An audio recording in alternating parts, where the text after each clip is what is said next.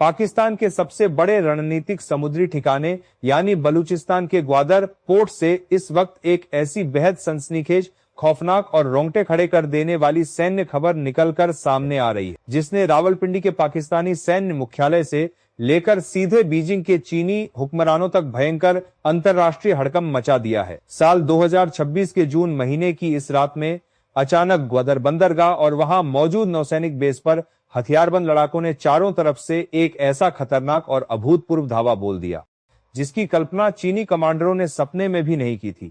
यह कोई सामान्य विरोध प्रदर्शन नहीं था, बल्कि एक ऐसी सुनियोजित और फौलादी स्ट्राइक थी जिसने समंदर के किनारे बैठे दुश्मनों के पूरे बुनियादी ढांचे को एक झटके में हिलाकर रख दिया। दरअसल अंतर्राष्ट्रीय कूटनीति और खुफिया सूत्रों से यह पुख्ता इनपुट मिला था कि पाकिस्तान की नौसेना और चीन की पीपुल्स लिबरेशन आर्मी मिलकर भारत के खिलाफ अरब सागर में एक बहुत बड़ा नौसैनिक चक्रव्यूह तैयार कर रहे। ग्वादर पोर्ट के इसी रणनीतिक ठिकाने पर चीन के दर्जनों अत्याधुनिक जासूसी जहाज और युद्धपोत तैनात किए गए थे, ताकि भारतीय नौसेना की गतिविधियों पर पैनी नजर रखी जा सके। भारत की समुद्री सुरक्षा को सीधे चुनौती देने वाली इस खतरनाक जुगलबंदी को नेस्तनाबूद करना बेहद जरूरी हो चुका था, जिसके बाद इस पूरे सीक्रेट ऑपरेशन की पटकथा लिखी गई। इस बड़े खतरे को भांपते हुए इलाके के स्थानीय विद्रोही गुटों और समंदर के जांबाज लड़ाकों ने पूरी रणनीति के तहत ग्वादर पोर्ट के पूरे कम्युनिकेशन और पावर ग्रिड सिस्टम को अचानक ठप कर दिया,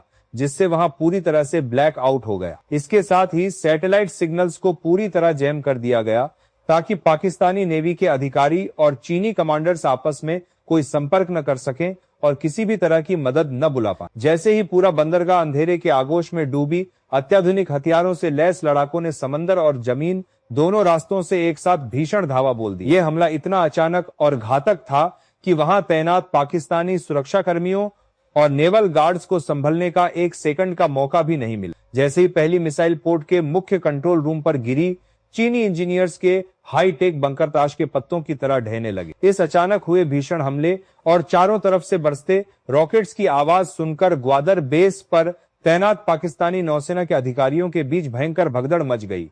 किसी को समझ ही नहीं आ रहा था कि आखिर इस तबाही को कैसे रोका जाए और अपनी जान कैसे बचाई जाए। अपनी जान बचाने के लिए चीनी इंजीनियर्स, चीनी नौसैनिक और उनके पाकिस्तानी सुरक्षाकर्मी अपने कीमती उपकरण, खुफिया दस्तावेज और अपना सारा बोरिया हाइफन बिस्तर छोड़कर पीछे के सुरक्षित सैन्य ठिकानों की तरफ पागलों की तरह भागने लगे, जो चीन कल तक अरब सागर में अपनी दादागिरी दिखा रहा था। उसके टॉप मिलिट्री एक्सपर्ट्स आज जान बचाकर भागते नजर आ रहे थे। खुफिया सूत्रों के मुताबिक ग्वादर पोर्ट पर मौजूद करीब 12 से ज्यादा छोटे बड़े युद्धपोत, जासूसी नौकाएं और लॉजिस्टिक हब इस हमले की चपेट में आकर पूरी तरह निष्क्रिय हो चुके हैं। इस पूरे सनसनीखेज एक्शन पर रक्षा मामलों के बड़े वैश्विक विशेषज्ञों का कहना है कि यह चीन के बेल्ट एंड रोड इनिशिएटिव और पाकिस्तान के आर्थिक भविष्य पर अब तक का सबसे बड़ा और घातक प्रहार है, जिसने उनके नौसैनिक घमंड को हमेशा हमेशा के लिए चूर कर दिया। इस हमले ने ग्वादर के पूरे नौसैनिक नक्शे और कूटनीतिक समीकरण को हमेशा हमेशा के लिए बदल कर रख दिया है।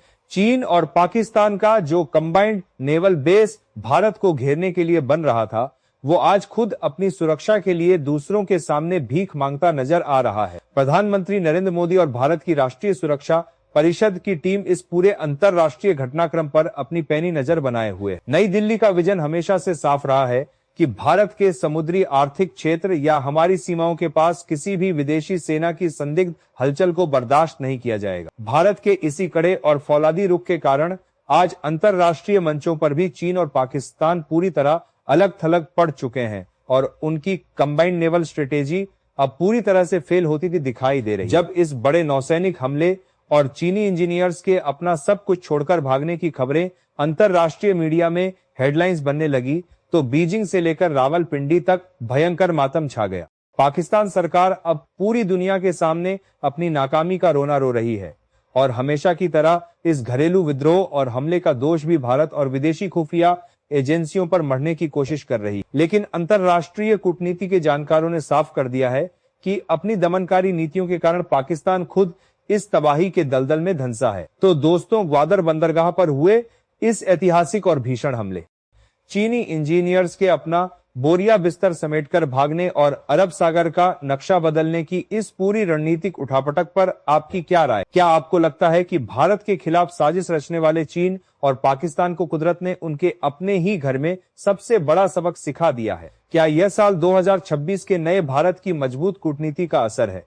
कमेंट बॉक्स में पूरी ताकत, जोश और अपने राष्ट्रीय स्वाभिमान के साथ अपनी कीमती राय नीचे जरूर साझा करें। इसके साथ ही हिंद महासागर से लेकर अरब सागर तक 24 घंटे देश की समुद्री सीमाओं पर तिरंगे का मान बढ़ाने वाले हमारी भारतीय नौसेना के वीर जवानों के सम्मान में कमेंट सेक्शन में पूरे गर्व से जय हिंद, वंदे मातरम लिखना बिल्कुल मत भूलिएगा। अगर आपको हमारी यह विस्तृत, खोजी और अंतर्राष्ट्रीय भू राजनीति पर आधारित विशेष डिफेंस रिपोर्ट पसंद आई हो तो इस वीडियो को एक छोटा सा लाइक जरूर करें और इसे अपने सभी देशभक्त दोस्तों के साथ शेयर करना बिल्कुल मत भूलिएगा।